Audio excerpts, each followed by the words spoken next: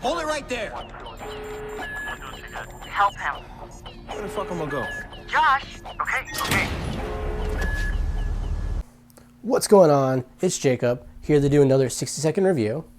And that's right, I'm going to be doing Watch Dogs 2. Now, I just dove into this game. I went into the game with no expectations, kind of looking just to fill some time. I really can't wait for Cyberpunk 2077 to come out. And I just want to play an open world game and just have fun, a little sandboxy. And that's exactly what I got with this. It was a lot of fun. It just came out on the PlayStation Now, so it didn't cost me anything. It's on PlayStation Now, so if you have PlayStation Now, definitely give the game a shot. It won't cost you anything. But the game has been out for a little bit now, so I kind of missed the ball in this review. The game's been out for a couple years, so it probably doesn't cost much now if you had to go pick it at retail. So it totally would be worth a pickup. But I'm going to go over the game right now and give it the 60-second review. That's where I'm going to go over all the pros, the cons, let you know exactly what to expect out of the game, so then you'll know if it's going to be worth your time or a waste of time. Like always, I finalize my review with a score, 1 through 10, 10 being amazing, you have to pick it up, I'll leave it linked down at the bottom, or 1 being trash, don't even waste your time. Now I do play GTA a lot online, play a lot of Grand Theft Auto online, so I kind of know how an online open world should handle, and this game also has it online, and it handles very smooth. This game is very smooth all around, in multiplayer and in solo. So the game runs really good, and it's probably because this game came out on the newer generation. This game came out for PS4, unlike Grand Theft Auto. I still play it, and it was ported over to the PS4, but it originally did come out on an Xbox 360 and PS3. So this game does run a lot smoother. It's not going to be as big as Grand Theft Auto is. It's a little bit smaller world, but it does give you a really realistic looking version of San Francisco, and I really do enjoy it. They definitely took their time in building this game. I remember when it did come out, E3 was all about it. It was a AAA game, so the time was put into it. But if you do enjoy this content, I really do appreciate you hitting that subscribe button. If you want to keep up more gaming news and content and 60-second reviews, I'm going to be going over the Marvel's Avengers and Cyberpunk 2077. Those are going to be the 2 big games I really want to go over. So if you're really into that or like the 60-second reviews, definitely hit that subscribe button, leave a like or comment in the video. Let me know what you guys want to hear next, what games you're playing, all that information. I would really appreciate it. And thank you guys so much for all the support I'm getting. But on to that review. So I want to start with the pros. It's an open world game, very sandboxy. It's a GTA clone, but it's not a GTA clone. It's really its own thing. It's its own unique map. It's San Francisco. It's very lifelike. There's a lot of real landmarks in the game, like the Golden Gate Bridge. Definitely go visit it. Go visit all the landmarks. They put all their time into this game. It's very nice. You can hack everything. That's definitely a pro. You can walk around, hack people's cell phone, take money out of their bank accounts, send them some messed up messages or a prank call, hack somebody's car, make them drive into somebody else or into a wall. A lot of fun. They do have a bounty hunter mode where other people in the game that are playing, they have 5 stars or whatever. You can jump into their game, help the police chase them down and kill them. A lot of fun. You can hack right into their game. There's a lot of customization. Now it's not as customizable as like a GTA Online game where you make your own character, but you do play as Marcus. He's a lovable character. I like him a lot. And you do get to dress him up in a bunch of different outfits. I've always found myself revisiting different outfit shops and buying a new hat, a new hoodie, shoes, things like that. It's a lot of fun. Now as for cons, the stealth can be kind of challenging. It's a sandbox, so you're not going to be able to do things the same way twice. And there are too many pipe puzzles. That's really the biggest con in the game. They gave you a lot of hacking skills and it's a lot of fun, but hacking isn't really as adventurous as they make it seem in this video game. Hacking's more, you're just sitting there with a laptop and it's gonna be really boring, just a lot of code, a lot of typing. So instead what they gave you is pipe puzzles where you have to look in the area and connect different pipes and circuits together and things like that.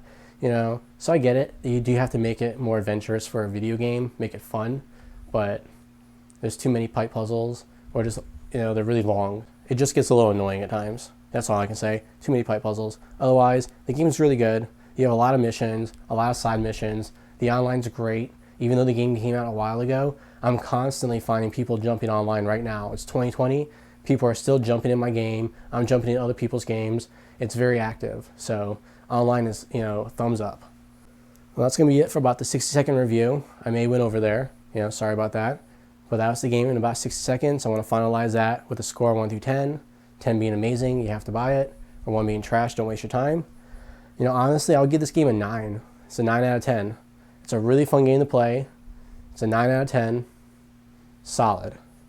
You get to join the Dead Set group right from the beginning. Your name's Marcus. You don't really have a backstory. A lot of the characters don't really have a backstory. You know, it could be a con in the game. I read a lot of people didn't really like it, but I prefer my main character not having that backstory, just a certain location he came from, and I can kind of fill in the rest using my imagination. That's kind of how they intended it, probably. You can just fill in the rest as, you know, you. He went to your middle school and your high school, and then if you decided to, like, all of a sudden, you know, kill people with an 8-ball tied to a stick and, you know, shoot people in the head all day and hack stuff and be a cyber terrorist, you know, that's kind of what you would do then. You would go to San Francisco and do all that stuff, I guess, in the game. You know, whatever. You know, just like a GTA game. You just kind of get off the boat from another country and it's like, hey, you need a job? I got a job. Go talk to my friend Tony. You got to drive his girl down the road. You know, 3 hours of gameplay later, you're killing people. It is what it is. You know. Alright, that's going to be my review for Watch Dogs 2. I hope you enjoyed it. Now, I really enjoyed playing the game. I may play Watch Dogs Legion here in the future. I'm thinking about playing that. If you play Watch Dogs Legion or want to play it, let me know down below. I'll be interested to hear about that. But what I'm really excited to start playing is going to be the Marvel's Avengers and then Cyberpunk 2077. Now, I already played the beta for Marvel's Avengers. I have a playlist. I'll leave that link down in the bottom or up on top. There'll be a playlist for that.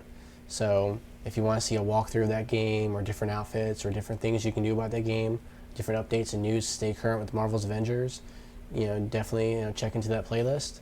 Otherwise, I also have a playlist for Cyberpunk 2077. I'm getting ready for that game. Now, it's an open world game just like I played here. I was trying to get ready for an open world game, and that's exactly what I got with this. So if you have PlayStation Now, definitely play this game. It's, you know, 2 thumbs up. It's worth a playthrough. But if you don't have PlayStation Now, I have a link down the bottom. You can just pick up the game. It's worth a playthrough. If you're looking for an open world experience, something fun and sandboxy, you know, there it is. Now in Cyberpunk 2077, that's going to be a real RPG where you can have different outcomes and different things you can do in the game. It's a real role-playing game. Now let me know what you plan to start off as. You can start off as a street kid. You can start off as a nomad. You can start off as a corporate. There's a lot of different ways you can start that game off. So I'm going to have to play through it multiple times to really get a full experience for the game. You know, most of us are. But let me know down below, you know, what are you going to play as? I'm thinking nomad, just to throw it out there. But it may change. You know, it just depends on how I feel. You know, I'm just throwing it out there. That's how I might start the game. But let me know. Let me know down below. I'll be really interested to hear that. I want to hear what everyone has to say about the game, if you're going to play it. If not, that was my review for Watch Dogs 2. You know, I hope you like the game. You're probably going to play it after hearing this, if you haven't played it yet. The game has been out for a while. It's, you know, just go pick it up. That's my review.